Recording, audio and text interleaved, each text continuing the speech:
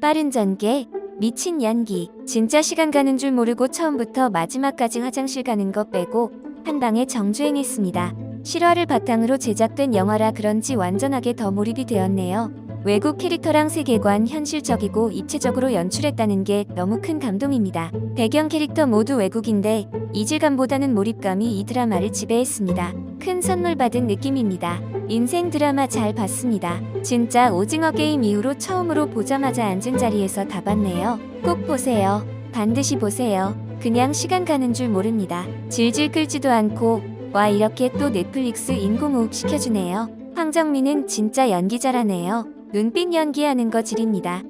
조우진 연기 미쳤죠. 하정우도 말할 것 없이 최고의 연기력이고요. 방금 다 보고 왔는데 진짜 재밌습니다. 쓰레기 B급 영화들이랑 비교조차 안 됩니다. 기승전결 완벽하고 최고의 시청률각 나옵니다. 진짜 수리남에서 있던 실화를 바탕으로 제작한 넷플릭스 드라마인데요. 현재 넷플릭스에서 인기 중입니다. 현재 시청률 세계 3위입니다. 주인공의 아버지는 베트남 참전 용사였다. 아버진 집으로 돌아온 다음 날부터 일을 나갔다. 이렇게 수리남 주인공의 어린 시절이 나레이션되어 진행됩니다. 주인공은 유도르의 학비와 식비를 무료로 지원받았고 14살 때 어머니가 돌아가셨다. 겨울 야쿠르트를 배달하다 쓰러지셨고 3시간이 지나서야 발견됐다. 자신과 동생은 많이 울었으나 아버지는 울지도 않고 소주잔만 기울였다. 아버지는 레미콘을 몰면서 3남매를 키우셨다. 아버지는 오랜 고단한 운전생활로 사고가 났다. 빚과 삶의 무게로 아버지는 버티셨다. 그리고 힘든 주인공의 생활이 시작됩니다. 집도 엉망이고 그는 결혼을 하려 하지만 여자들은 집을 요구했고 그 중에 한 여자는 짐을 들고 찾아오고 가정을 이루고 늘어난 가족을 부양하기 위해 다양한 일을 해 집도 구한다 하지만 언제까지 이렇게 살지 자신이 없었습니다.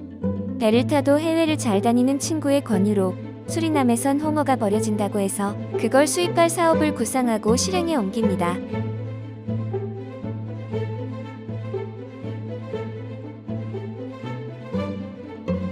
사업 수완이 좋았던 주인공은 아내의 만류에도 불구하고 가게를 접고 그 돈으로 수리남에서 홍어 수입을 시작하는데 그곳에서 한 한인 목사를 만나고 사건에 휘말립니다. 마약과 갱스터, 심리 싸움과 눈빛 연기, 국정원과 미국 FBI, DEA, 돈과 가정을 책임지려는 한 가장의 무게와 현실, 이 모든 요소를 잘 비벼 맛있는 비빔밥과 홍어회, 소주 한 잔으로 이렇게 드라마가 만들어집니다.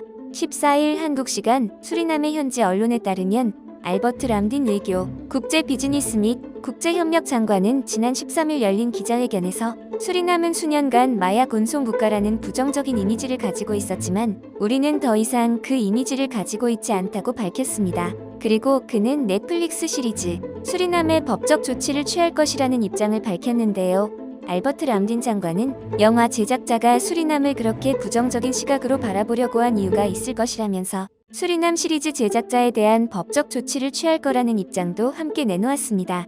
그러면서 그동안 나라 이미지 제고를 위해 노력했지만 넷플릭스 시리즈로 수리남이 다시 불리한 위치에 놓이게 됐다고 밝혔으며 이는 남미 국가 수리남을 장악한 마약 대부 이야기를 다룬 수리남이 자국을 부정적인 시선으로 바라보게 하고 이미지를 훼손시키고 있다고 지적하는 것이라고 전했습니다. 현재 언론은 수리남이 해당 내용과 관련해 주한 미국 대사에게 서면으로 입장을 표명할 예정이라고 밝혔는데요. 넷플릭스 관계자에 따르면 현재 수리남 측은 이와 관련한 입장을 정리하고 있다고 전했습니다. 한편 지난 9일 공개된 수리남은 남미의 한 국가 수리남을 장악한 무소불위의 마약 대부로 인해 누명을 쓴 한 민간인이 국정원의 비밀 임무를 수락하며 벌어지는 이야기를 그립니다.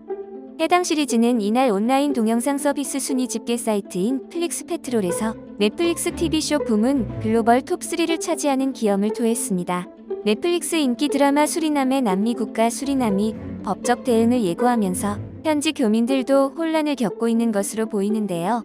수리남 정부 웹사이트에 따르면 알베르트 람딘 외교 국제사업 국제협력부 장관은 13일 드라마 수리남을 언급하며 제작사의 법적 대응을 검토하겠다고 현지 언론 및 국제 언론을 통해 말했습니다. 람딘 장관은 드라마 수리남이 자국의 마약 범죄 조직 두목에 관한 내용을 다루고 있으나 동시에 자국을 마약 국가로 묘사하고 있다며 불만을 구체적으로 표출했는데요. 수리남 정부는 제작사에 대한 법적 조치와 더불어 우리 정부에 대해서도 대사를 통해 항의하겠다는 입장을 밝히기도 했습니다. 이에 대해 외교부 당국자는 14일 해당 넷플릭스 시리즈 방영 이후 수리남 정부의 우리 정부에 대한 입장 표명은 없었다고 밝혔습니다. 다만 주 베네수엘라 한국 대사관이 전날 수리남에 거주하는 한인 여러분께서 드라마 나르코스 세인츠 방영 여파로 많이 곤혹스러울 것으로 짐작된다며 여러분의 안위를 위해 최선을 다하겠다는 내용의 수리남 한인 사회 대상 안전공지를 띄운 사실은 드라마 수리남이 수리남 현지 여론에도 일정 부분 영향을 미치고 있음을 시사하고 있습니다. 대사관 측은 수리남에 체류 중인 우리 교민들에게 일단 각자 안전을 위해 주의를 기울여주기 바란다며 조금이라도 염려되는 사안이나 도움이 필요한 사안은 즉시 한인회장을 통해 연락주기 바란다고 당부했습니다. 우리나라와 수리남은 1975년부터 수교 관계를 맺고 있으나 현재 수리남엔 우리 대사관이 없어 주 베네수엘라 대사관이 관련 업무를 겸임하고 있습니다. 외교부 당국자는 외교부는 수리남과의 우호관계 유지를 위해 지속 노력 중이라고 전하기도 했습니다. 마지막 엔딩에 야구공에 대한 장면이 있는데요. 여러분이 생각하시는 야구공의 의미는 무엇인가요? 첫 번째, 야구공 속에 마약이 있다. 두 번째, 사기꾼 요한이 가진 건 전부 가짜지만 저 야구공만큼은 진짜였다. 세 번째, 넷플릭스 시즌2 암시.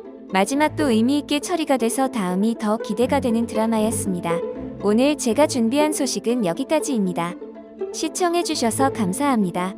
여러분의 구독, 좋아요와 알림 설정은 큰 힘이 됩니다.